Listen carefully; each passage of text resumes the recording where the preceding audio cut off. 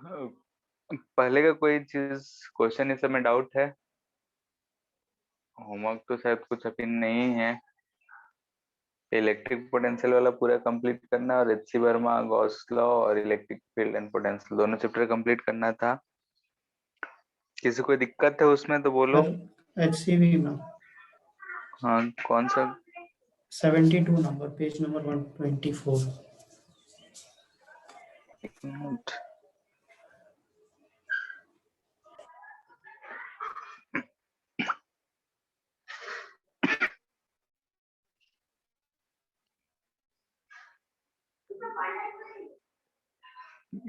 Page number 174।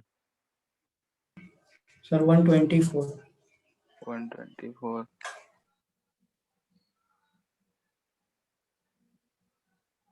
Question number 72। 72। इसमें क्या दिक्कत आ गया? सर फॉर्मूला ऐसा इसका बता दीजिए ना, फॉर्मूला बेस्ड ऐसा है। को ऐसा क्वेश्चन तो हम लोग एक किए ही थे। Yes sir. सर लिखा हुआ नहीं है नोट्स में इसलिए। फॉर्मूला क्या? क्यू इंटू डी जो होता है वही। ऐसा दे रखा है, इक्विलैटरल ट्रायंगल है।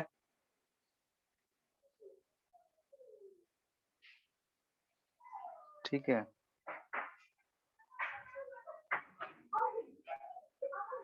यहाँ पे दे रखा है कि 2q चार्ज है, तो 2q को हम क्यू क्यू मान सकते हैं। -q। ऐसे लिख सकते हैं हम लोग। Yes sir. तो एक क्यू और ये माइनस क्यू मिलके एक डाइपोल बन रहा है। इस डायरेक्शन में इसे हम P1 बोल देते हैं। ठीक है, माइनस से पॉजिटिव की तरफ रहेगा और ये मिलके हमें एक मिलेगा इधर P2। दोनों के बीच का दूरी दे रखा है D, तो P1 P2 दोनों जो होंगे Q इंटू डी ही होगा। क्लियर है? हमें ऐसा एक दो वेक्टर्स दिख रहे हैं इधर भी P हाँ जो सर कि अब Q बन इंटू जाएगा। दोनों का रिजल्टेंट पूछ रहा है। Yes sir.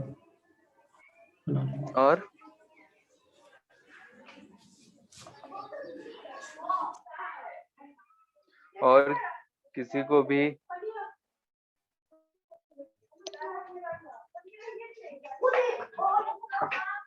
नहीं है? सर 73। 73।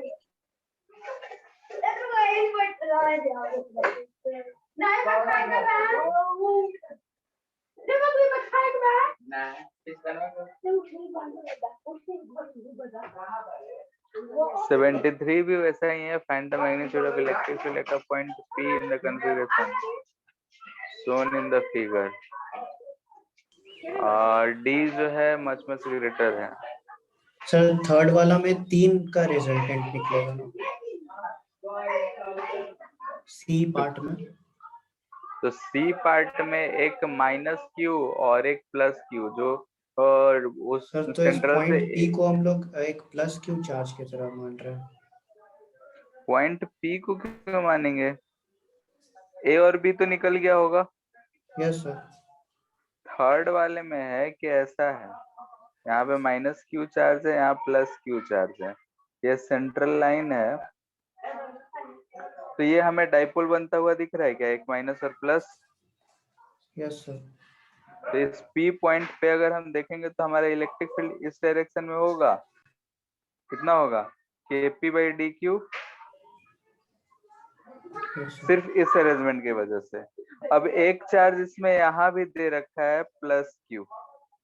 इस प्लस Q के कारण अगर हम इलेक्ट्रिक फील्ड लिखेंगे तो ये यहाँ पे होगा KQ/d²। क्लियर है? Yes sir. हेलो। यस अब सर हमें क्लियर। इन दोनों का नेट निकालना है, तो नेट निकल जाएगा। Yes sir.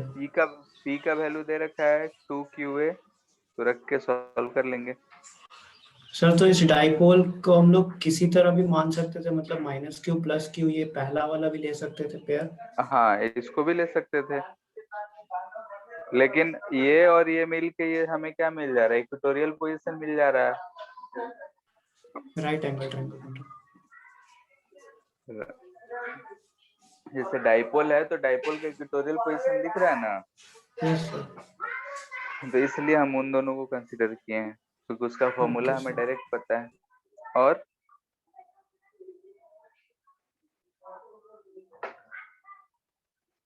बाकी सब हो गया है, यस सर, हो गया। ठीक है। बाकी लोग यस सर। ठीक है, गॉस लॉ वाला पूरा हो गया है, गॉस लॉ वाला भी चैप्टर पूरा कंप्लीट करना है। लास्ट का कुछ क्वेश्चन पूछा होगा। हाँ लास्ट हो गया, वो भी हो ही गया। हाँ, लास्ट वाला जो है डिस्ट्रीब्यूशन वाला, लास्ट क्लास हम लोग कुछ पढ़े हैं उसी से रिलेटेड है सारा, ठीक है, हो जाना चाहिए। तो objective, short answer, objective 1 and objective 2 सारा कुछ करना है, ठीक है। शॉर्ट आंसर और भी इम्पोर्टेंट है, नीट के लिए भी और जेईई मेंस के लिए भी। तो शॉर्ट आंसर करना है क्योंकि उसमें थिंकिंग करने को मिलेगा, ठीक है। तो आगे देखते हैं हम लोग। लास्ट क्लास हम लोग देख रहे थे कि अगर पैरेलल प्लेट्स रखे हों और उस पे चार्ज दिया रहे तो हर सरफेस पे कितना कितना चार्ज रहेगा वो हमें पता करना था, ठीक है। तो उसी से रिलेटेड एक क्वेश्चन देते हैं ताकि जो भी अगर डाउट रह गया हो तो खत्म हो जाए।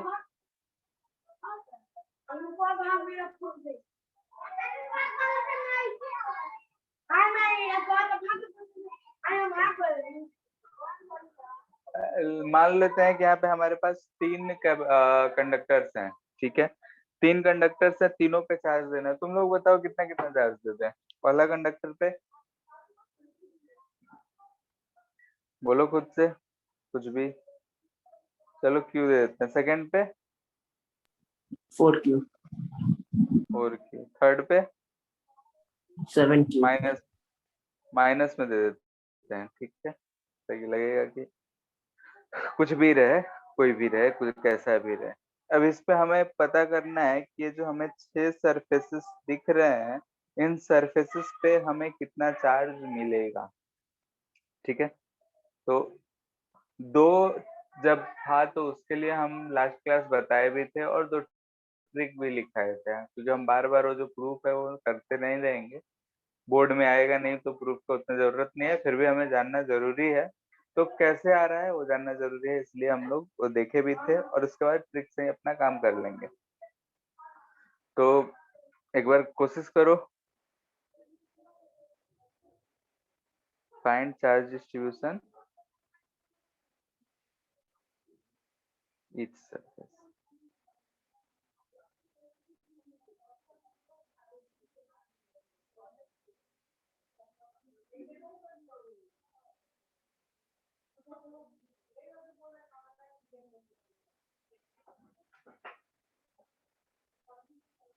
आ गया?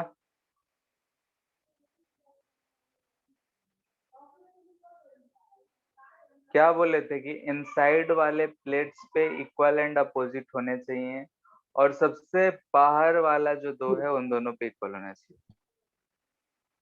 तो ऐसे देख लेते हैं, जैसे कि हम मान लेते हैं कि इस पे x है तो इसका अंदर ये है तो इस पे -x आएगा। ये प्लेट है तो इस पे ऑफ कोर्स q -x रहेगा क्योंकि टोटल चार्ज q रहना चाहिए। इस पे 4q है, इस पे 4q प्लस x इधर आना चाहिए। अगर 4q प्लस x यहाँ पे दिख रहा है तो ये इसका इनसाइड वाला है, यानी कि यहाँ पे हमें -4q प्लस x दिखेगा। तो इधर सबसे लास्ट वाले सरफेस पे देखेंगे तो हमें तो ये ऐड कर x 6q है क्या? हाँ 6qx आ रहा।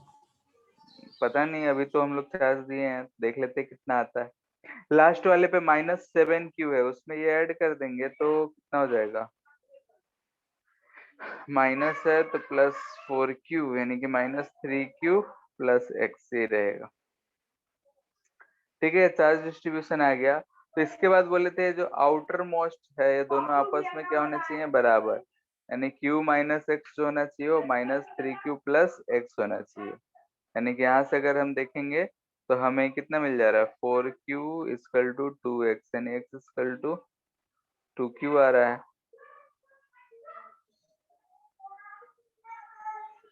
इन दोनों को जोड़ रहे हैं तो -7 माइनस, ठीक है ठीक है, x आ रहा है 2q, तो अगर हम पुट कर देंगे तो हमें कितना कितना चार्जेस सारे सरफेसेस पे दिख रहे हैं वो सब मिल जाएगा।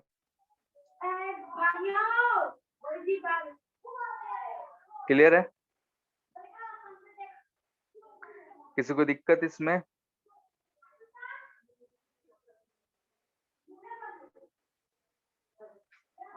सर फिर से बता दीजिए ना सर, बीच वाले कंसीडर क्यों नहीं किए? बीच वाले पे कर तो रहे हैं, जैसे कि यहाँ ये Q है तो हम लोग इस सरफेस पे क्या बोले थे कि अगर एक प्लेट है तो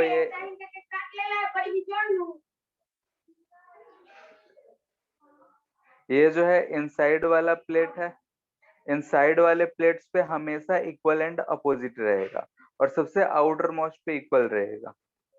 ठीक है, तो वैसे ही उसी चीज को माइंड में रखते हुए हम इस पे डिस्ट्रीब्यूशन किए हैं। ध्यान से देखो, तो यहाँ पे हम x मान लिए, सबसे पहले फर्स्ट सरफेस पे x मान लिए, इसका ये अपोजिट वाला है तो यहाँ पे इसका निगेटिव रहेगा, इक्वल एंड अपोजिट था तो -x। अब ये जो हमारा सेकेंड प्लेट है, इस प्लेट पे टोटल चार्ज 4q रहना चाहिए, तो यहाँ पे हम 4q प्लस x लिखेंगे, तभी ये दोनों सरफेसेस के चार्ज जोड़ के हमें 4q दिख रहा है। क्लियर है? अब ये 4q है तो इस पे इसका निगेटिव होना चाहिए, तो यहाँ पे हम -4q प्लस x रख लिए। अब थर्ड वाले प्लेट पे टोटल चार्ज ये होना चाहिए, तो यहाँ पे चार्ज जो दिखेगा इतना दिखेगा। क्लियर है? अब हम लोग Yes, सारे दोनों बाहर वाले सरफेसेस पे देख रहे हैं, तो ये वाला और ये वाला चार्ज आपस में इक्वल होना चाहिए, तो उन दोनों को इक्वेट करके हम x का वैल्यू फाइंड कर लिए। क्लियर है अब? yes sir. ठीक है, ये क्यों कर रहे हैं, कैसे कर रहे हैं, इसका प्रूफ हम लोग लास्ट क्लास देखे थे।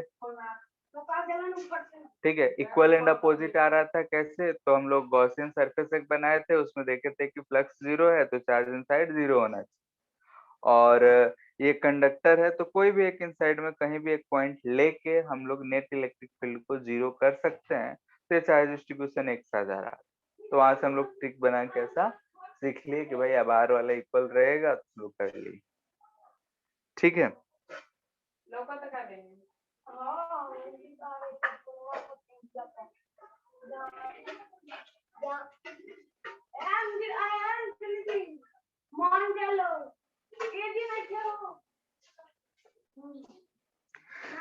ठीक है, फिर आगे देखते हैं।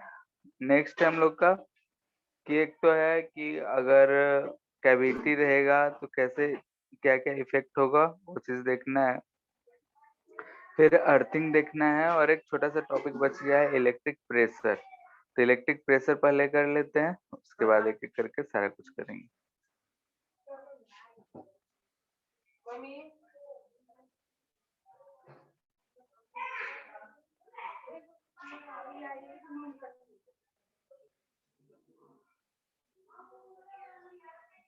ठीक है, इलेक्ट्रिक प्रेशर। तो इलेक्ट्रिक प्रेशर क्या होता है इसे हम समझते हैं पहले। तो जैसे कि अगर हम मान लेते हैं कि किसी भी कंडक्टर है हमारे पास, कोई भी एक कंडक्टर है ऐसा, अगर हम इस कंडक्टर पे चार्ज दे दिए तो सारा का सारा चार्ज जो होता है वो सरफेस पे आके इकट्ठा होता है। ये तो हम जानते हैं कि सारा चार्ज इसके सरफेस पे रहेगा। अब ये चार्ज सरफेस पे है, स्टैटिक है मान ली, लेकिन क्या ये आपस में रिपल्सन फोर्स लगा रहा होगा? बोलो। यहाँ क्या हमें अगर इन चार्जेस को देखें, मान लेते हैं एक थ्रेड होता, उस पे चार्ज दिए होते तो थ्रेड कैसा शेप बना लेता।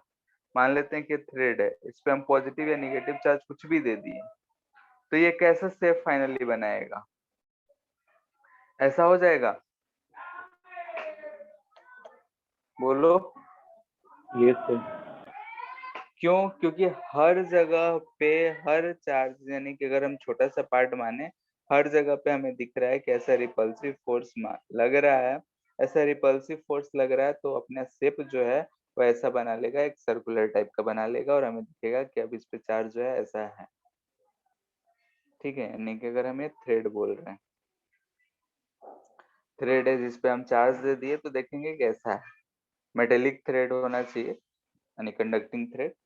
तो वैसे ही हम बोल रहे हैं कि अगर स्फीयर भी होता तो स्फीयर पे भी छोटे छोटे पोर्शंस में है, जो अगर देखेंगे तो इस पे इधर की तरफ ऐसा फोर्स लगता हुआ दिखता, हर एक पॉइंट पे हमें ऐसा फोर्स लगता हुआ दिखेगा।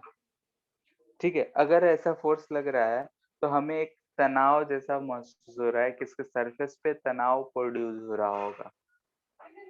ठीक है, जैसे कि एग्जांपल के तौर पे हम ले सकते हैं कि एक बैलून में अगर हम हवा भरते हैं तो अंदर हवा तो जाता है, लेकिन अगर हम उसके मेम्ब्रेन को देखें यानी कि जो रबड़, जो इलास्टिक पोर्शन होता है, तो उसमें हम लोग देखते हैं कि स्ट्रेच टाइप का एक फोर्स जनरेट हो गया होता है। ठीक है, यानी कि अगर हम उसके ये छोटा सा पोर्शन अगर हम मान लें तो देखते हैं कि इस पे इधर की तरफ अंदर की तरफ प्रेशर लग रहा होता है, जिससे वो जो स्ट्रेच मेम्ब्रेन है उसको दबाने का, अंदर जो गैस है बलून में उसे दबाने का कोशिश कर रहा होता है। वैसे ही यहाँ पे भी अगर हम किसी कंडक्टर पे चार्ज देते हैं तो रिपल्सिव फोर्स लग रहा होता है, और उस रिपल्सन की वजह से उसमें एक फोर्स जनरेट हुआ, तो फोर्स पर यूनिट एरिया जो होगा वही हमारा क्या होगा, इलेक्ट्रिक प्रेशर कहलाएगा।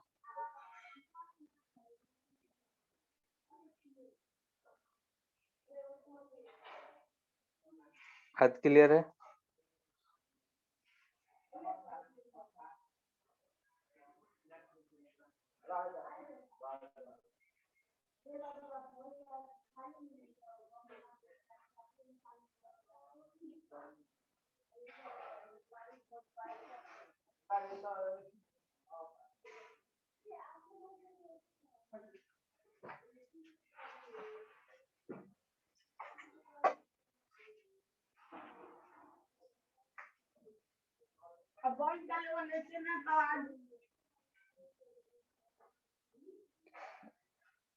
Electric force per unit area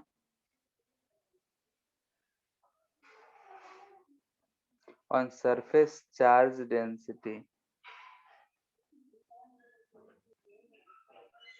as is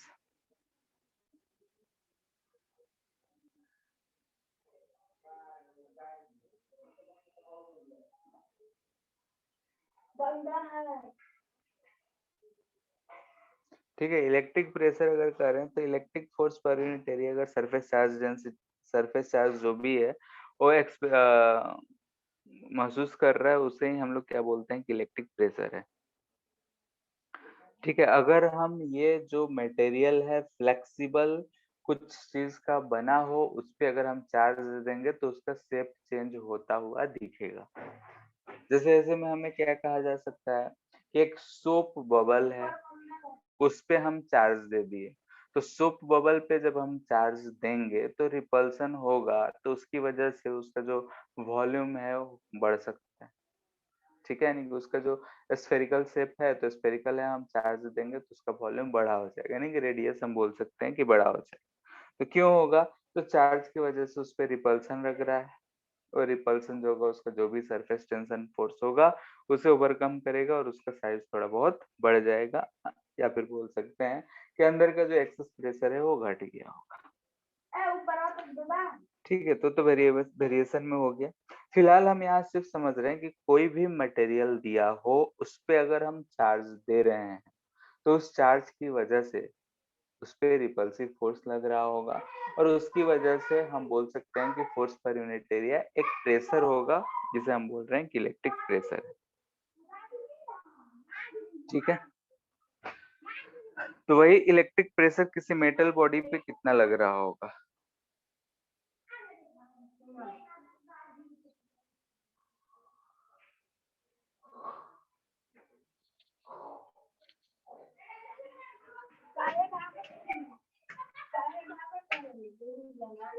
ठीक है, कोई भी चार्ज मेटल बॉडी या कंडक्टर दिया है, उस पे अगर हम बोल रहे हैं कि उस पे हमें कितना प्रेशर लग रहा होगा ये पता करना है। ठीक है, तो हम मान लेते हैं कि हमारे पास कोई भी एक ऐसा बॉडी है, मतलब आर्बिट्री शेप ही ले रहे हैं। इस आर्बिट्री शेप पे अगर हम यहाँ पे एक छोटा सा एरिया मान लेते हैं, इसका जो सरफेस चार्ज डेंसिटी है सिग्मा, हम बोल रहे हैं कि इसका सरफेस चार्ज डेंसिटी है। ठीक है, यानी कि ये जो हमारा बॉडी है, मेटल बॉडी है, इस पे इतना चार्ज। अब यहाँ पे हम एक छोटा सा एरिया कंसिडर कर रहे हैं, ए बी नाम दे देते हैं।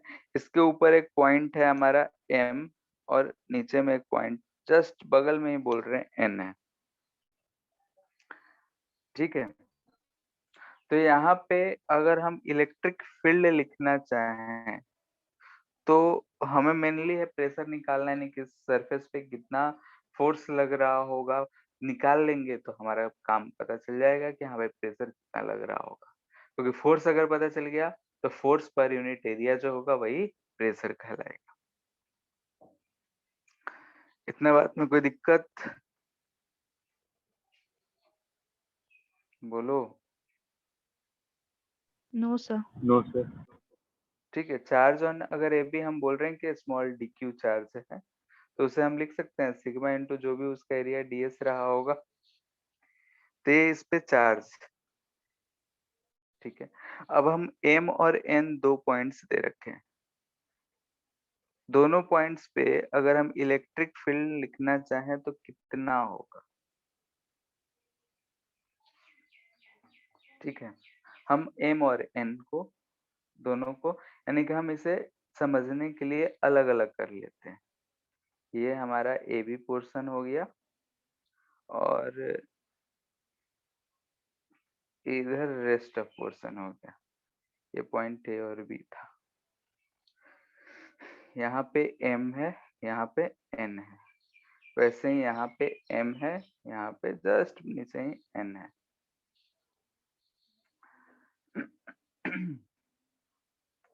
इस पे चार्ज हम पॉजिटिव माने हैं तो क्या यहाँ पे कुछ इलेक्ट्रिक फील्ड E1 होगा और इधर भी इधर कुछ इलेक्ट्रिक फील्ड E1 होगा इस वाले पोर्शन की वजह से। यहाँ पे हम सिर्फ ये जो रिमूव्ड पार्ट है उसकी वजह से m और n पे इलेक्ट्रिक फील्ड लिख रहे हैं। तो इलेक्ट्रिक फील्ड क्या हमें ऐसा दिखेगा? बोलो। उसके जस्ट बगल में हम लिख रहे हैं तो हमें एक प्लेन शीट की तरह दिखेगा, और यहाँ पे दिखेगा कि ऊपर E1 और इधर भी E1 सेम दूरी पे है। तो वैसे ही यहाँ पे अगर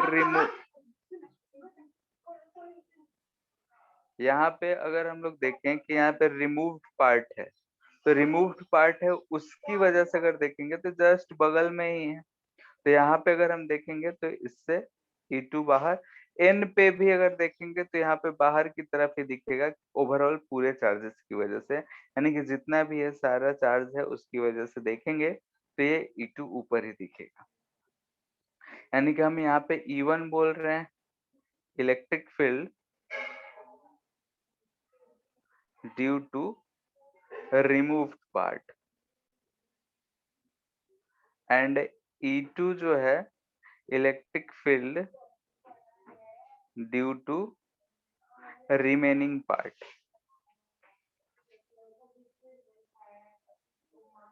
ठीक है, यहाँ पे अगर हम एक मतलब कि कंडक्टर है, कंडक्टर का एक छोटा सा एरिया लिए हैं, उस एरिया के जस्ट बाहर और अंदर की बात कर रहे हैं, तो दोनों पे हम रिमूव्ड पार्ट और रिमेनिंग पार्ट की वजह से अगर हमने देखा तो ऐसा इलेक्ट्रिक फील्ड आ रहा है। थोड़ा सा यहाँ पे और दिमाग लगाना है कि अगर हम इसको कंबाइंड करते तो इलेक्ट्रिक फील्ड एट m जो हमें मिलता, यानी कि नेट इलेक्ट्रिक फील्ड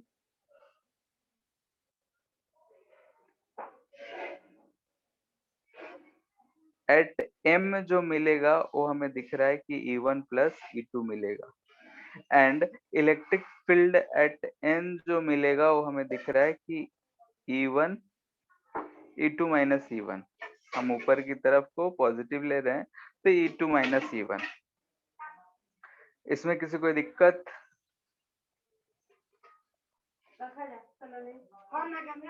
बोलो।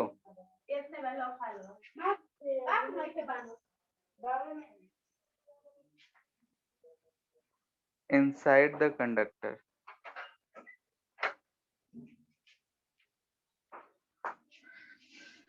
अगर कोई भी पॉइंट कंडक्टर के अंदर होता है तो इलेक्ट्रिक फील्ड वहां कितना होता है, बोलो।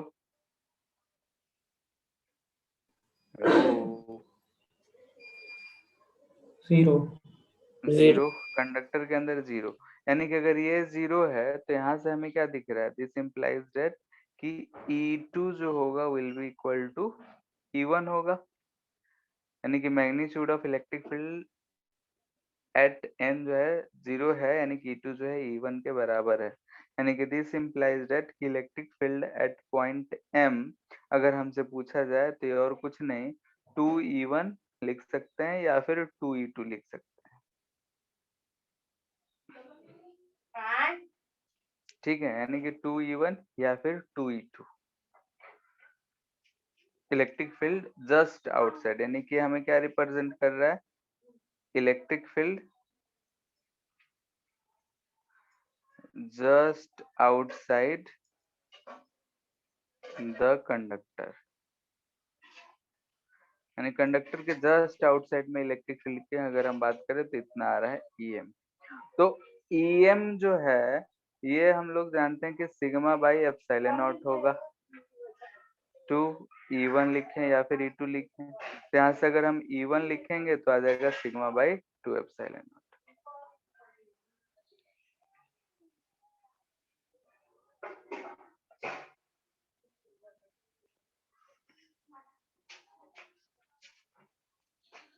ठीक है, कोई भी कंडक्टर होगा तो कंडक्टर के जस्ट आउटसाइड में अगर हम देखेंगे तो electric field sigma by epsilon not है। तो यहाँ से हमें E1 या E2 की वैल्यू अगर हम देख रहे हैं तो E1 या E2 sigma by 2 epsilon not, दोनों आपस में इक्वल हैं ही। तो इससे हमें क्या समझ में आ रहा है, E2 यानी कि दिस इम्प्लाइज दैट कि force acting on removed part,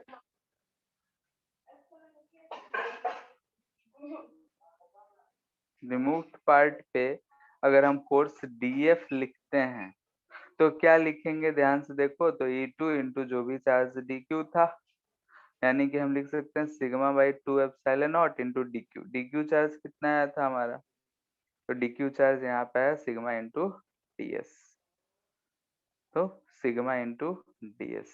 तो यहाँ से हम बोल सकते हैं कि प्रेशर जो होता है फोर्स अपॉन एरिया होता है, जो कि sigma square by 2 epsilon not आ रहा है। तो यहाँ से हम बोलेंगे कि इलेक्ट्रिक प्रेशर जो होगा वो sigma square by 2 epsilon not आएगा। ठीक है, ये क्या है, तो इलेक्ट्रिक प्रेशर। यहाँ पे हम लोग एक छोटे से पार्ट पे फाइंड करें कि उस छोटे से पार्ट पे कितना इलेक्ट्रिक प्रेशर लग रहा होगा। ओवरऑल अगर हम देखें तो ये हर पॉइंट पे इतना ही इलेक्ट्रिक प्रेशर लग रहा होगा।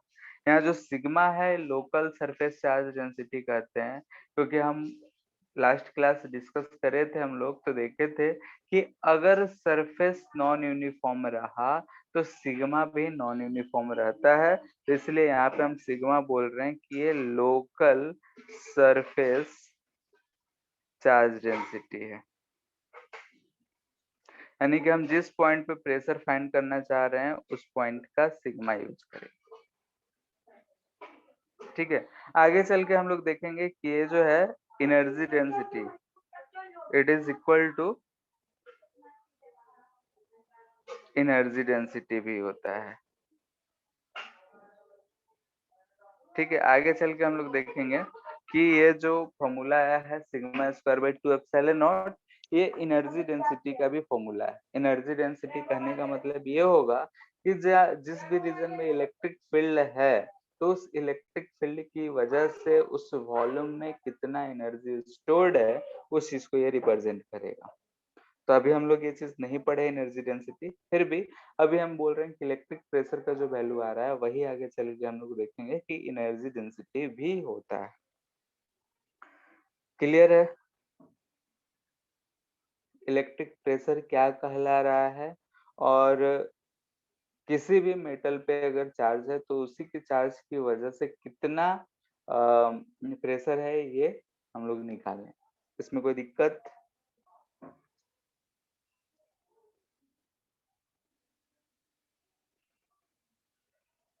Hello, yes sir. इसमें कोई दिक्कत? हाँ या ना बोलो।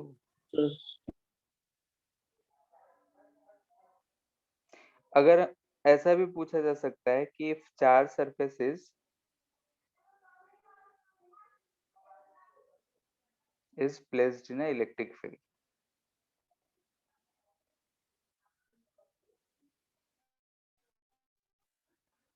ठीक है, ये वाले जो टॉपिक हम लोग पढ़ रहे हैं इसका उतना ज्यादा इंपॉर्टेंस है नहीं, बहुत कम ही जगहों पे दिखने को मिलेगा। तो मान लेते हैं कि ऐसा कोई भी एक सरफेस है, ठीक है, ये अंदर की तरफ ऐसा फैला हुआ है, सरफेस है लेट से कोई सा भी, ठीक है, इस पे प्लस चार्ज है ऐसा, और इसे इलेक्ट्रिक फील्ड में रख दिए हैं। ये मान लेते हैं कि ये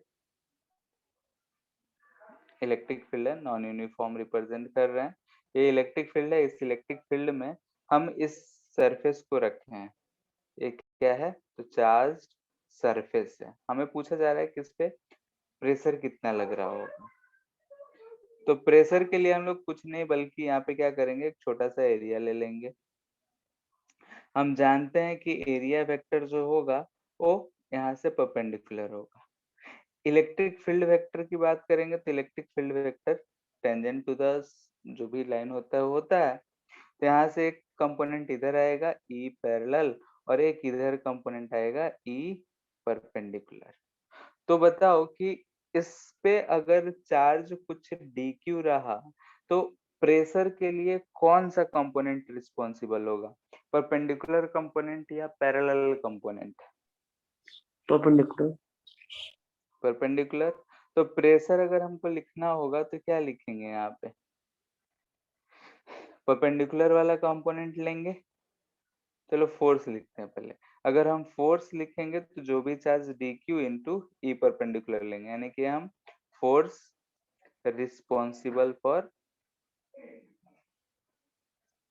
प्रेशर क्या लिख रहे हैं, यानी कि हम लोग फोर्स जो लिखते हैं परपेंडिकुलर टू द सरफेस लिखते हैं, तो वो चीज लिख रहे हैं, यानी कि हम यहाँ पे फोर्स परपेंडिकुलर लिख सकते हैं। तो फोर्स परपेंडिकुलर अपन एरिया जो होता है प्रेशर होता है, यानी कि यहाँ पे हम एफ परपेंडिकुलर बाई एरिया अगर हम लेंगे तो ये हम प्रेशर को बोल रहे हैं, तो ये हमें कितना मिलेगा, अगर इसका सरफेस चार्ज डेंसिटी सिग्मा है तो dq चार्ज को हम बोल सकते हैं कि सिग्मा इंटू ds होगा।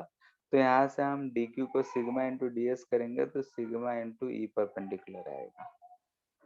इस केस में प्रेशर जो लिखेंगे वो क्या आ जाएगा, sigma into perpendicular component of electric field at that point. Clear है इतना? Yes sir. ठीक है फिर।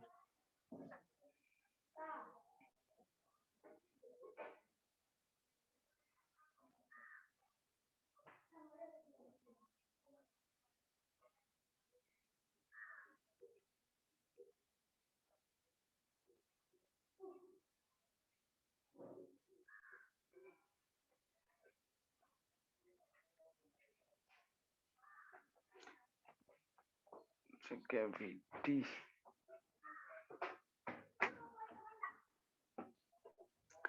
चलो इससे पहले प्रॉपर्टीज देख लेते हैं।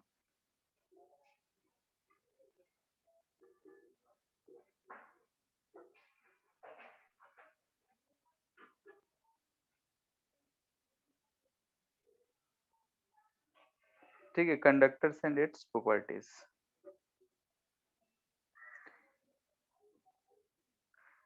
ठीक है, डिफिनेशन तुम लोग पे छोड़ रहे हैं। कंडक्टर का डिफिनेशन क्या होगा? हम्म,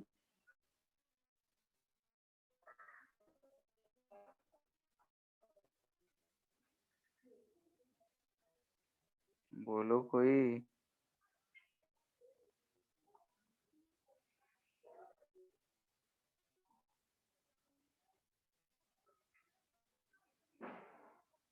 हेलो, यस। क्या हुआ, नींद आ रहा है क्या? बोल रहे हैं कंडक्टर का डेफिनेशन हुआ। जैसे चार्ज कंडक्टर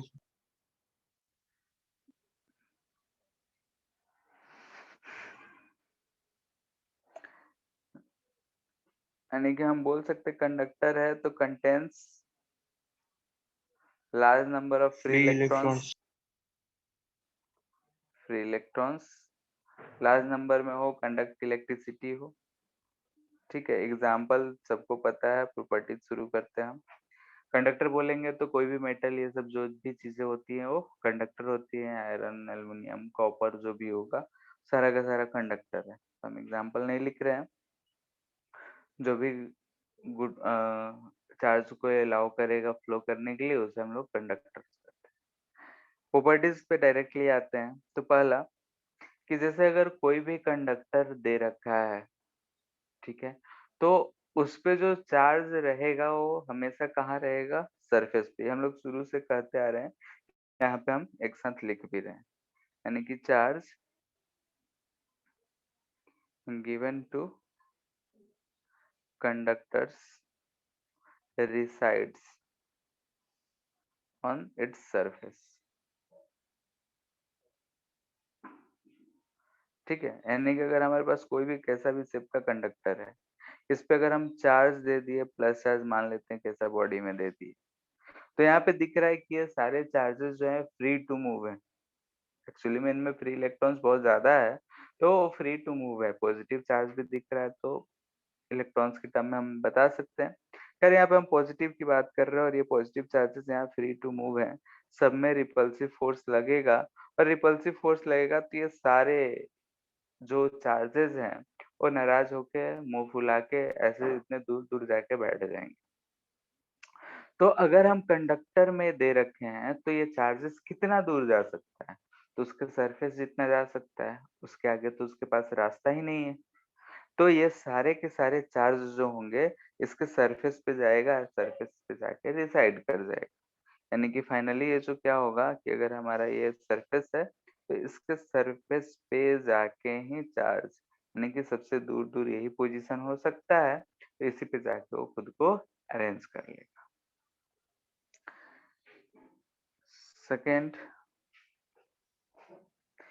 अगर हम देख रहे हैं कि सारे के सारे चार्ज सरफेस पे है, तो इलेक्ट्रिक फील्ड, अगर हम अंदर की बात करें, इसके अंदर के इलेक्ट्रिक फील्ड पे, तो क्या कमेंट कर सकते हैं?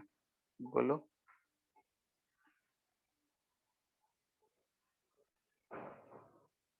इनसाइड कंडक्टर क्या होगा? जीरो। जीरो। ठीक है, ध्यान से देखो तो अंदर में हम गॉसियन सरफेस अगर बनाते हैं, ये हमारा कंडक्टर है, सारा चार्ज डिस्ट्रीब्यूशन हो गया है। अंदर में अगर हम गॉसियन सरफेस बनाते हैं, लेट से कि हमारा गॉसियन सरफेस है, तो गॉसियन सरफेस के अंदर चार्ज जीरो दिख रहा है। चार्ज जीरो दिख रहा है तो गॉस लॉ से हम बोल सकते हैं, अकॉर्डिंग टू गॉस लॉ, कि integral E dot D S जो था ये Q in by epsilon not था। और चार्ज ही अंदर में जीरो है तो ये जीरो, एरिया जीरो होगा नहीं, दिस इंप्लाइज कि इलेक्ट्रिक फील्ड इनसाइड में क्या होगा? जीरो होगा। ठीक है, यानी कि इलेक्ट्रिक फील्ड जो होगा जीरो होगा। थर्ड,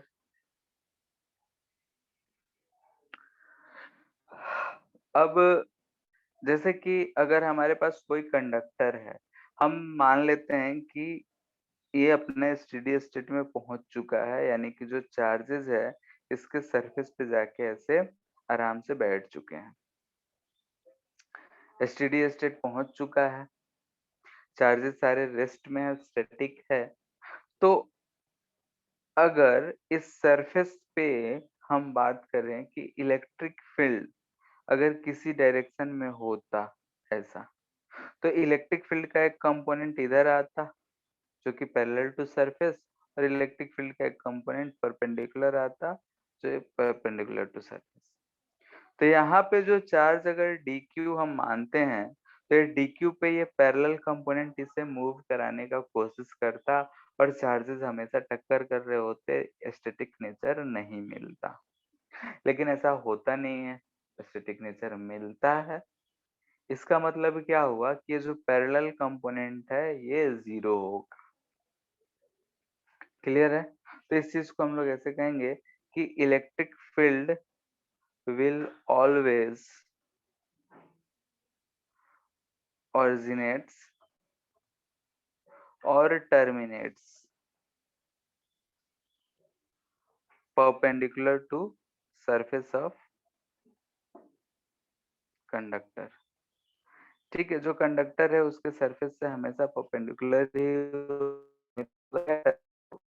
अगर चार्ज पॉजिटिव रहा तो ओरिजिनेट करेगा, चार्ज अगर नेगेटिव है तो टर्मिनेट करेगा। क्लियर है ये? Yes. फोर्थ, अब अगर हम देख रहे हैं कि जो इलेक्ट्रिक फील्ड है परपेंडिकुलर टू द सरफेस है, तो इसका जो सरफेस होगा वो हमेशा क्या होगा?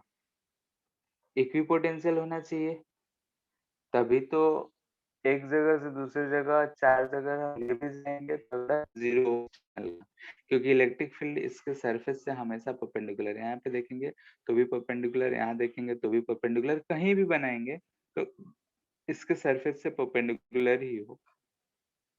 पॉजिटिव चार्ज होगा तो इससे दूर जाएगा, नेगेटिव चार्ज होगा तो इसकी तरफ जाएगा। तो अगर परपेंडिकुलर है इलेक्ट्रिक फील्ड तो हम जानते हैं कि इक्विपोटेंशियल सरफेस से भी इलेक्ट्रिक फील्ड परपेंडिकुलर होता है। तो यहाँ भी अगर हम देख रहे हैं तो चार्जेस मूव नहीं कर रहे हैं, यानी कि सबका पोटेंशियल सेम है, कहीं भी पोटेंशियल डिफरेंस नहीं। तो यहाँ से हम बोल सकते हैं कि surface of conductor is equipotential surface.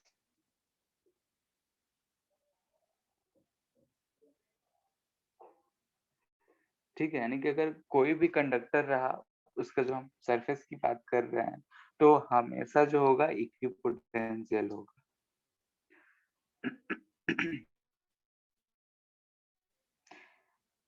ठीक है, थर्ड वाले को ही ऐसे भी लिख दिया जाता है कि इलेक्ट्रिक फील्ड अंदर जीरो है तो इलेक्ट्रिक लाइन ऑफ फोर्सेस भी जीरो होंगे।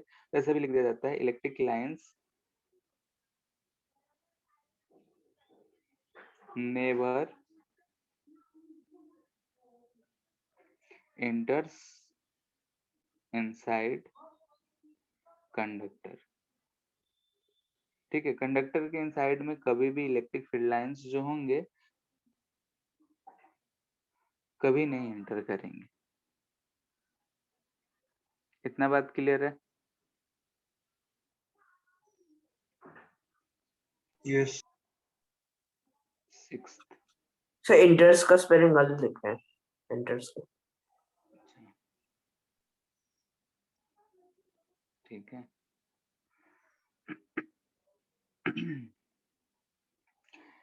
Electric field lines never enters inside a conductor. एक कंडक्टर के अंदर में कभी भी इलेक्ट्रिक फील्ड लाइंस नहीं जाएगा। जब हम लोग जानते हैं कि इलेक्ट्रिक फील्ड ही जीरो होगा तो कैसे जाएगा? सिक्स्थ, इलेक्ट्रिक फील्ड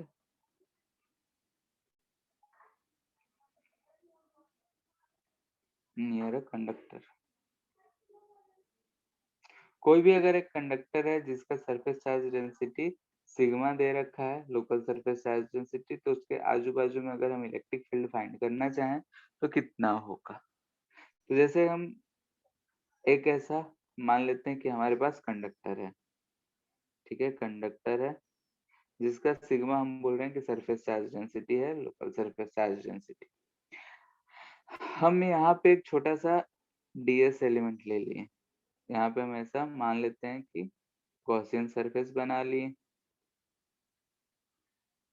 ठीक है, ये हमारा जो है गॉसियन सरफेस है। ये ऐसा हम सिलेंड्रिकल पोर्शन ले रखे हैं, ये हमारा सरफेस है जिसका एरिया हम बोल रहे हैं ए है, इसका भी एरिया ए है, इसका भी एरिया ए है। अब अगर हमारे पास यहाँ पे दो पॉइंट्स हैं, 1 पॉइंट, 2 पॉइंट और इस कर्व सरफेस एरिया, तो flux through this some Gaussian surface अगर हम लिखेंगे तो क्या होगा Q inside by epsilon naught, यही होगा, ठीक है। और ये फ्लक्स कितना होगा, तो Q inside by epsilon naught, जिसे हम ऐसा लिख सकते हैं कि इंटीग्रल E डॉट ds रहेगा, जिसका क्लोज इंटीग्रल होगा। गॉस लॉ से हम लिख रहे हैं और कुछ नहीं। तो यहाँ पे अगर हम देखें तो कर्व सरफेस एरिया से फ्लक्स जीरो, फर्स्ट सरफेस जो हम दे रखे हैं इससे भी फ्लक्स जीरो, क्योंकि यहाँ इलेक्ट्रिक फील्ड जीरो होगा, तो सिर्फ बच जाएगा 2 वाले पे। तो यहाँ से हम लिख सकते हैं कि E into area A will be equal to Q inside sigma in जो भी रहेगा, sigma into area by epsilon naught. यहाँ से एरिया एरिया गया, यहाँ से हम बोल सकते हैं जो इलेक्ट्रिक फील्ड होगा सिग्मा बाई एप्सिलॉन नॉट। तो कभी हम एक ऊपर यूज भी किए थे, कोई भी कंडक्टर होगा तो उसके जस्ट बाहर अगर हमसे पूछा जाए तो जो इलेक्ट्रिक फील्ड होगा वो सिग्मा बाई एप्सिलॉन नॉट होगा। थिन शीट था तो उसके लिए, इनफाइनाइट थिन शीट के लिए सिग्मा बाई 2 एप्सिलॉन नॉट था। लेकिन कोई भी एक कंडक्टर है उसके जस्ट बाहर पूछा जाए, तो बाहर में जस्ट आउटसाइड यहाँ का हम बात कर रहे हैं, तो वहाँ पे electric field D by sigma by epsilon not आ रहा है। और जस्ट इनसाइड की बात करेंगे तो जीरो। क्लियर है? Yes sir. Yes.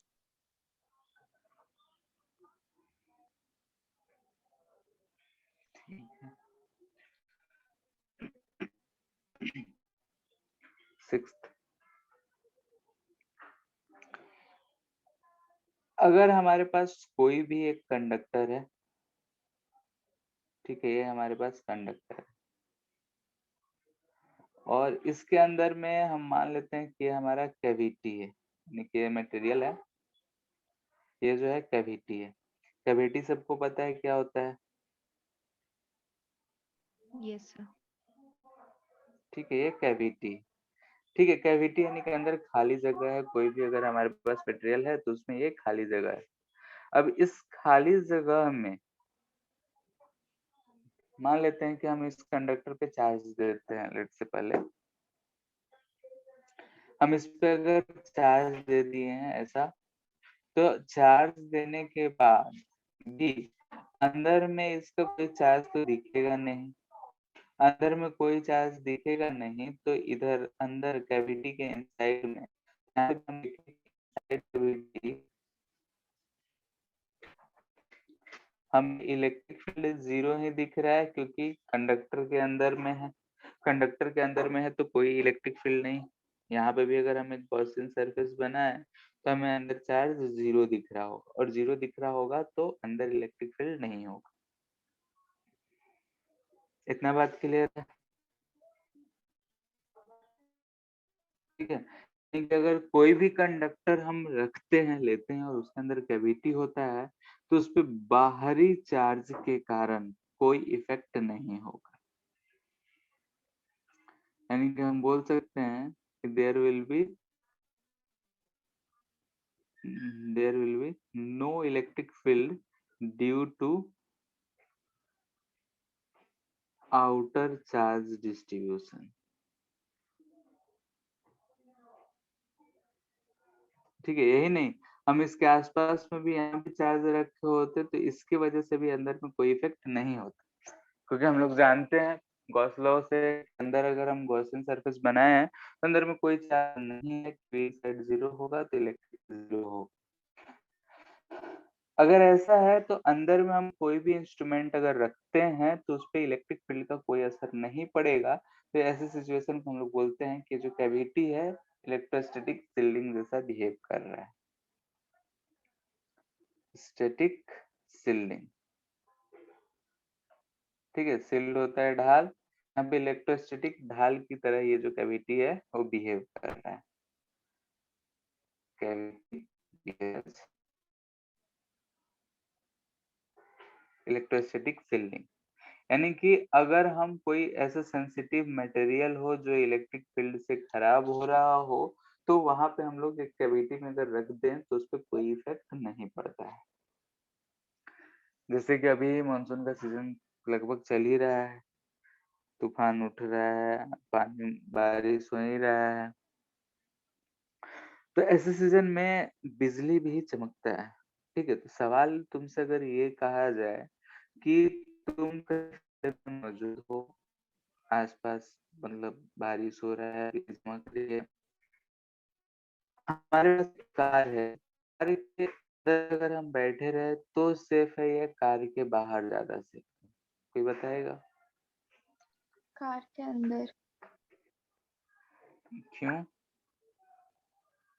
Electrostatic shielding. ठीक है, जो कार बना होता है लगभग कंडक्टर्स के ही बने होते हैं। आजकल तो फाइबर भी आ गया है, लेकिन पहले वाले जो मोस्टली थे वो कंडक्टर्स के ही रहते हैं। आज भी पुर्जी उर्जी जो होता है जिसपे वो अ, टिका होता है, चेचिस बोलते हैं शायद, वो भी मेटल कंडक्टर का ही होता है। तो अंदर ज्यादा सेफ है, बशर्ते इतना ध्यान रखना पड़ेगा कि किसी भी मेटल पार्ट को हम टच ना कर रहे हो। ठीक है, तो कार के अंदर ज्यादा सेफ है एज कम्पेयर टू बाहर, क्योंकि वो भी हमें इलेक्ट्रोस्टैटिक शील्डिंग प्रोवाइड करेगा। ठीक है,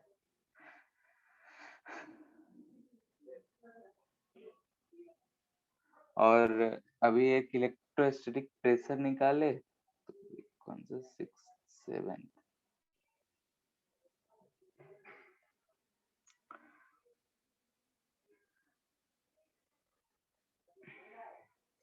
तो अभी प्रूफ किए तो electric pressure at the surface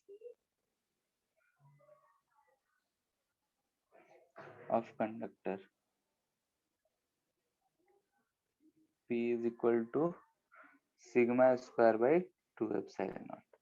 sigma square by 2 epsilon not है, और अभी हम लोग देखें कि जस्ट आउटसाइड में इलेक्ट्रिक फील्ड जो है सिग्मा बाई एप्सिलॉन नॉट है। तो इसकी टर्म में अगर लिखना चाहें तो हम यहाँ पे ऐसा लिख सकते हैं 1/2 sigma by epsilon not electric field है, तो ऊपर नीचे एप्सिलॉन नॉट से मल्टीपल कर देंगे तो ई स्क्वायर मिल जाएगा। ठीक है, या फिर इसी चीज को और लिखना चाहें तो sigma 1/2 sigma into electric field मिल जाएगा। यही मिलेगा। ठीक है, since electric field is equal to sigma by epsilon not just outside the conductor. तो हम लोग मोस्टली ये वाला फॉर्मूला या फिर ये वाला यूज करते हैं, लास्ट वाला तो यूज होता नहीं है। तो इन दोनों से ही हम लोग का मोस्टली काम हो जाता है। ये चीज जो है आगे चल के देखेंगे कि इलेक्ट्रिक फील्ड की वजह से कितना एनर्जी उस रीजन में है, उस चीज को रिप्रेजेंट करता है। एनर्जी पर यूनिट वॉल्यूम को भी एक चीज रिप्रेजेंट करता है।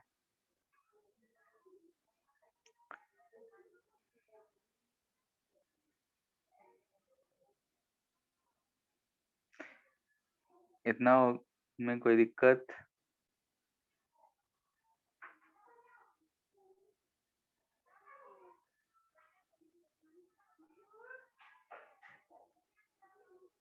नहीं है? ठीक है, तो सारे प्रॉपर्टीज जो शुरू से हम लोग यूज किए हैं यहाँ पे एक साथ लिख रहे हैं। नेक्स्ट है distribution and induction of charges.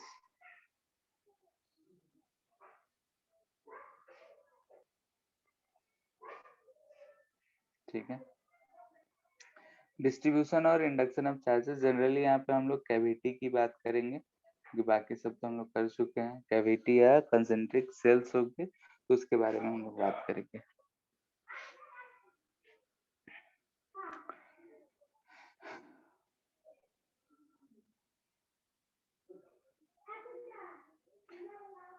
ठीक है, जैसे कि अगर हम मान लेते हैं कि हमारे पास ये एक कंडक्टर है। ठीक है, इस कंडक्टर में ये एक कैविटी है। इस कैविटी में चलो थोड़ा स्फेरिकल बनाते हैं ताकि समझने में थोड़ा आसान हो। यहाँ पे चार्ज हम Q रखे हैं। अगर हम Q चार्ज रखे हैं तो इसमें पूरा ओवरऑल चार्ज डिस्ट्रीब्यूशन कैसा होगा? ठीक है, कंडक्टर है, ये अंदर कैविटी है। तो चार्ज हमें सरफेसेस पे कैसे दिखेंगे, यानी कि एक सरफेस हमें यहाँ पे दिख रहा है, दूसरा सरफेस यहाँ पे दिख रहा है, तो दोनों सरफेस पे कितना कैसा चार्ज होगा उन सब चीज के बारे में। ठीक है, तो यहाँ पे क्या होता है कि जब चार्ज अंदर में है तो ये हमारा मेटल बॉडी है, कंडक्टिंग बॉडी है, ये सब जो चीजें हैं, तो यहाँ पे इंडक्शन होगा। ठीक है, अगर हम इसे पॉजिटिव चार्ज ले रखते हैं तो इस सरफेस पे हमें ऐसा निगेटिव चार्ज इंड्यूस होते हुए दिखेंगे।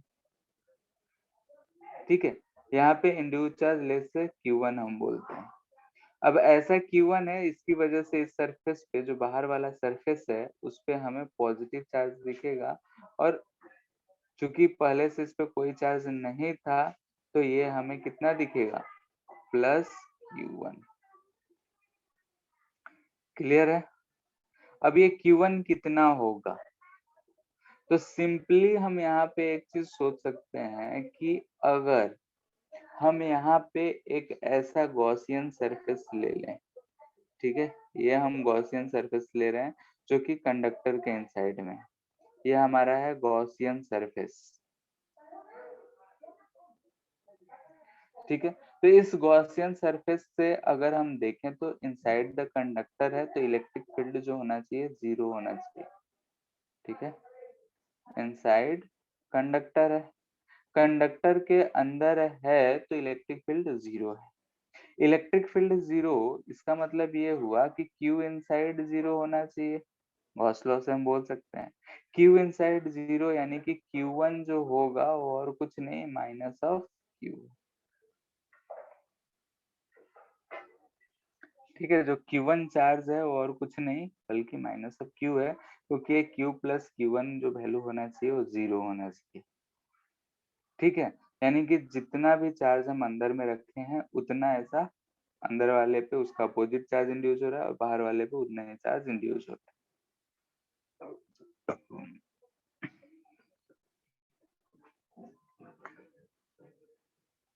इतना बात समझ आया?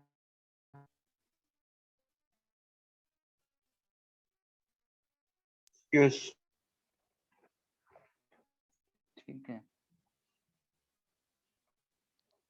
तो ये सारी चीज से डायरेक्टली हमें उतना नहीं मिलेगा, कैपेसिटर में यूज होगा या फिर कहीं कहीं पे जरूरत पड़ता है डिस्ट्रीब्यूशन करके फिर कुछ कुछ फाइंड करने के लिए, इसे ध्यान में रखना है।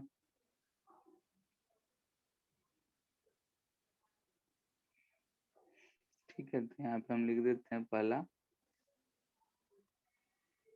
Charge appears on inner surface। ठीक है, अंदर हम रखे हैं तो inner surface is equal and opposite.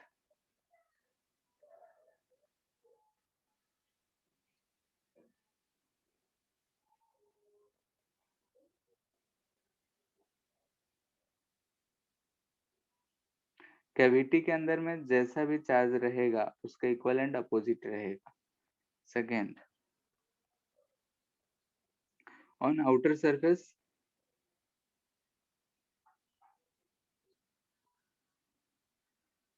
Charge will be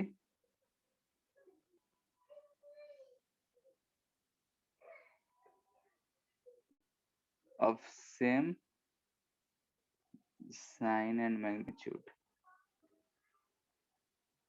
ठीक है, आउटर सरफेस पे सेम साइन और मैग्नीट्यूड के चार्ज इंड्यूस होंगे। अगर अंदर में हम यहाँ पे माइनस रखे होते तो यहाँ Q1 प्लस होता और बाहर में भी माइनस हो जाता। Third,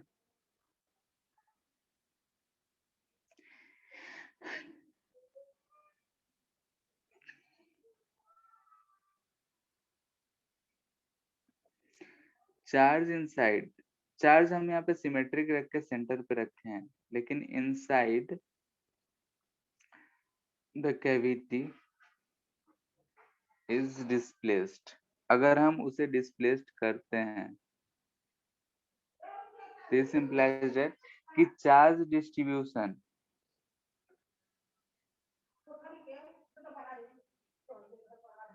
on inside surface will be disturbed. ठीक है, but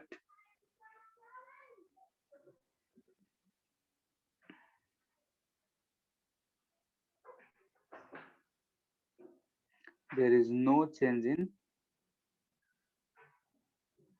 distribution.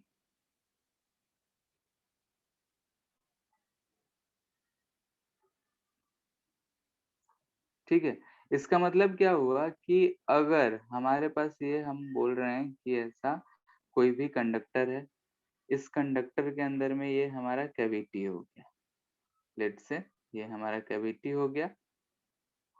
अगर इसके यहाँ पे हम सेंटर पे क्यू चार्ज रखें तो इस पे ऐसा माइनस चार्ज हमें दिखेगा और इस पे हमें प्लस चार्ज दिखेगा, ये माइनस क्यू ही दिखेगा, और इस पे बाहर वाले पे अगर हम देखेंगे तो हमें प्लस चार्ज दिखेगा और वो भी प्लस क्यू दिखेगा।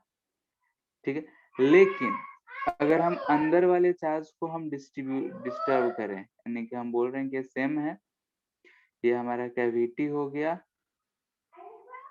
लेकिन अब इसमें का जो चार्ज है सेंटर पे नहीं रख के हम यहाँ पे रखे हैं। ठीक है, चार्ज को अब हम डिस्प्लेस कर दिए हैं, तो चार्ज को अगर हम डिस्प्लेस किए हैं तो यहाँ पे अगर Q है तो इसके पास में जो है डिस्ट्रीब्यूशन ज्यादा रहेगा, इधर दूर दूर में देखेंगे तो चार्ज डेंसिटी कम रहेगा। लेकिन बाहर वाले पे अगर हम देखेंगे तो बाहर वाले पे हमारा जैसा पहले चार्ज डिस्ट्रीब्यूशन था अभी भी वैसा ही रहेगा। ठीक है, यानी कि अंदर वाले सरफेस पे चार्ज डिस्ट्रीब्यूशन चेंज होगा, ऐसा चेंज होगा कि इसका जो सरफेस है, यानी कि अगर हम इस पॉइंट की बात करें, कहीं भी इस पे पॉइंट ले लें, वो सारे जो होंगे इक्विपोटेंशियल ही होने चाहिए। तो बाहर वाले पे चेंज नहीं होता है, लेकिन अंदर वाले पे चेंज हो जाएगा चार्ज डिस्ट्रीब्यूशन, अगर हम अंदर में कैविटी के अंदर में चार्ज को मूव कराएं तो।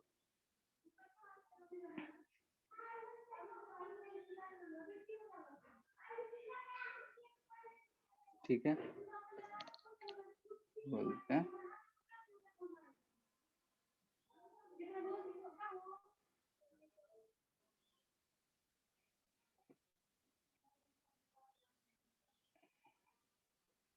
ठीक है, सरफेस क्या रहे, इक्विपोटेंशियल ही रहे।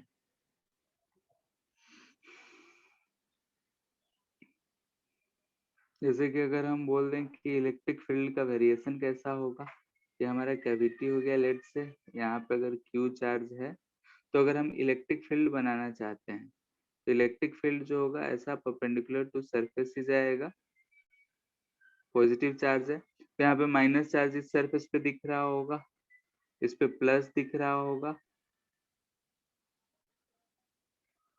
और यहाँ से हमें बाहर ऐसा निकलता परपेंडिकुलर टू द सरफेस ही, जहां भी सरफेस से होगा वहां से परपेंडिकुलर ही ऐसा निकलेगा।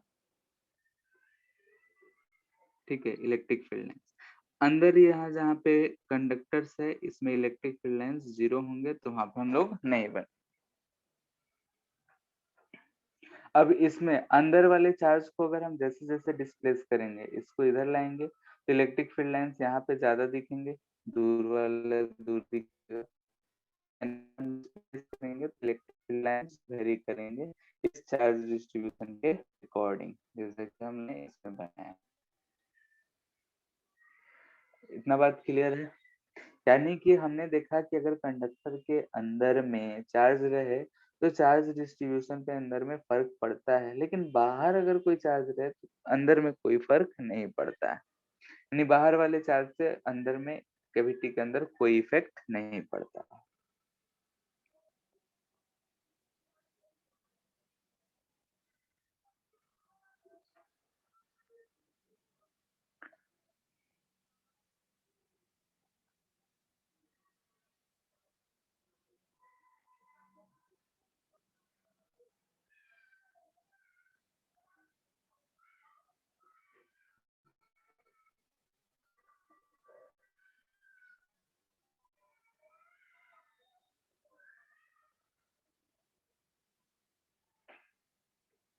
जैसे यहाँ पे कैविटी है, कैविटी के अंदर चार्ज Q है और ऊपर बाहर वाले सरफेस पे प्लस Q चार्ज दे रखा है इस सरफेस पे। तो फाइनल चार्ज डिस्ट्रीब्यूशन क्या होगा बताओ कोई।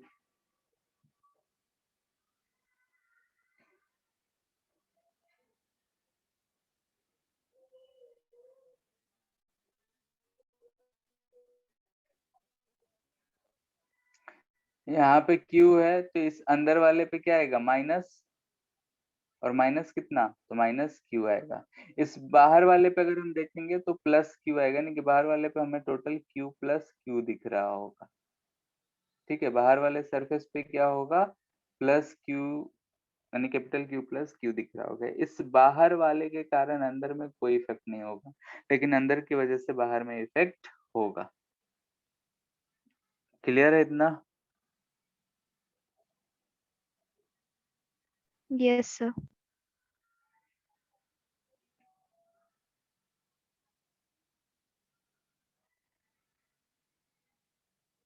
ठीक है। तो जैसे कि अगर हमें क्या दिया जा सकता है क्लेट से, यही क्वेश्चन पूछ सकते थे। खैर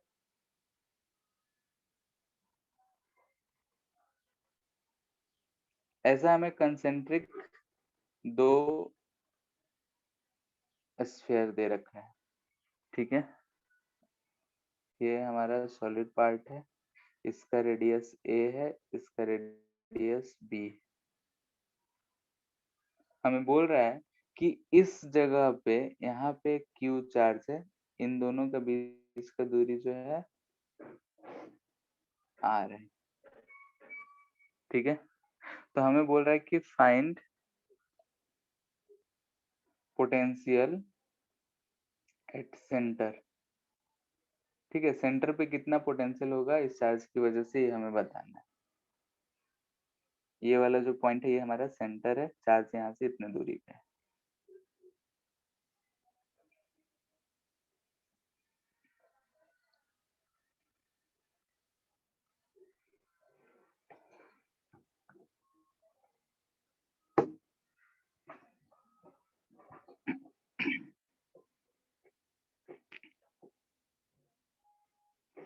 आ गया?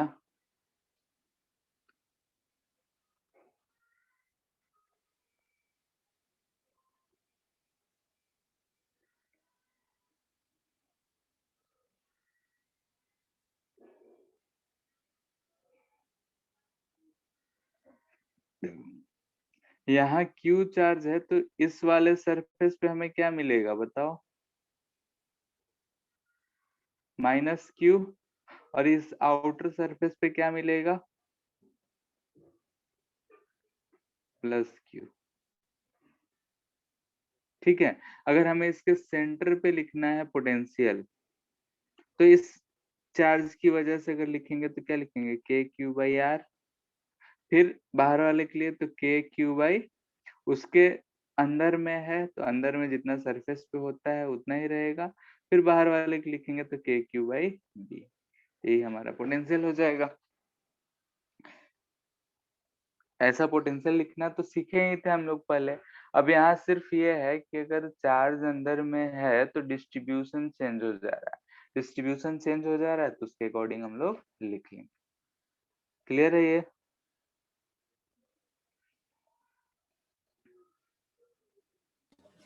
Yes sir.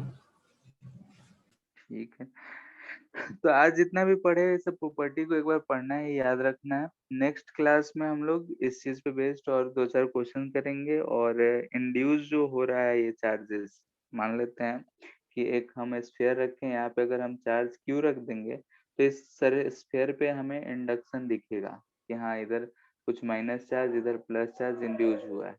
तो सब इंडक्शन कैसे होगा, उस इंडक्शन की वजह से किसी भी पॉइंट पे पोटेंशियल कितना होगा, इलेक्ट्रिक फील्ड कितना होगा, वो सब चीज देखेंगे हम लोग।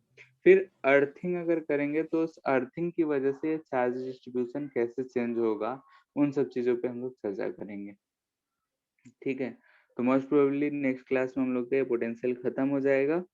तो ये खत्म हो जाएगा तो उसके नेक्स्ट क्लास से हम लोग फिर कैपेसिटर शुरू करेंगे। Clear है? चार्ज डेंसिटी अगर पैरेलल और वर्टिकल नहीं है तो फिर कैसे, जैसे ट्रायंगल है और 3 रॉड है तो उसका चार्ज डेंसिटी कैसे पता चलेगा? मतलब नहीं समझे। सर जैसे हम लोग नॉर्मल पैरेलल के लिए देखें ना, तो लेकिन अगर तीनों रॉड को एक पर्टिकुलर एंगल पे टिल्ट कर देगा तो फिर चार्ज डेंसिटी कैसे देखेंगे? जैसे ट्रायंगल है और ट्रायंगल के 3 रॉड हैं तो उस पे चार्ज डेंसिटी कैसे पता चलेगा? चार्ज डेंसिटी की बात कर रहे हो ना? मतलब चार्ज डिस्ट्रीब्यूशन कि कहाँ पे कितना चार्ज आ रहा है। जैसे कि अगर हम ऐसे मतलब बोल रहे हो कि कोई भी मेटल प्लेट दे दी, मेटल का कोई भी ट्रेंगुलर शेप दे दिया है, कोई भी अब शेप हम सर, कोई सा भी। इस पे हम चार्ज दे रहे हैं, हाँ, तो फिर यस सर, तो इस पे चार्ज कैसे डिस्ट्रीब्यूट होगा तीनों ट्रायंगल पे? यहाँ कॉर्नर पे सबसे ज्यादा रहेगा। ठीक है, कॉर्नर वाले जहाँ पे है, तो क्योंकि वहां का रेडियस क्या दिख रहा है हमें, 10⁻⁴ दिख रहा है, दिख रहा है। तो अगर यस ऐसा सर। और हम इस पे चार्ज देंगे तो सबसे ज्यादा चार्जेस जो होंगे तीनों कॉर्नर्स पे दिखेंगे, और इधर तो हमें ना के बराबर दिखेगा क्योंकि यहाँ पे रेडियस जो है टेंड्स टू इन्फिनिटी है। तो टेंड्स टू इन्फिनिटी है तो सरफेस चार्ज डेंसिटी हम लोग देखे थे किसी बॉडी के लिए, तो रेडियस पे डिपेंड करता है, इनवर्सली होता है। तो इधर चार्ज नहीं, इसके कॉर्नर पे ही रहेगा। और ऐसे शेप पे जब हम बॉडी देंगे तो कॉर्नर पे इतना ज्यादा चार्ज हो जाता है कि स्पार्किंग शुरू हो जाता है। ठीक है, स्पार्किंग होगा और ये चार्ज जो है बाहर एयर को आयनाइज करना शुरू कर देता है। सर ऑपोजिट चार्ज के भी केस में स्पार्किंग होगा? अगर हम किसी भी प्लेट या किसी भी बॉडी पे चार्ज देंगे तो एक ही टाइप के देंगे, पॉजिटिव देंगे फिर निगेटिव देंगे तो न्यूट्रल हो जाएगा। Yes sir.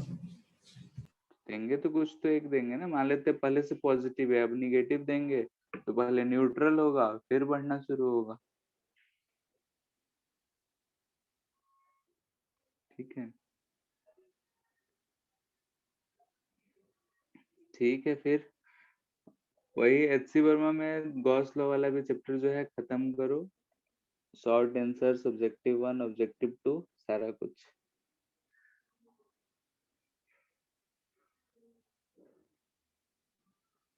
ठीक है, फिर आज के लिए इतना ही। Thank you sir. Thank thank you sir.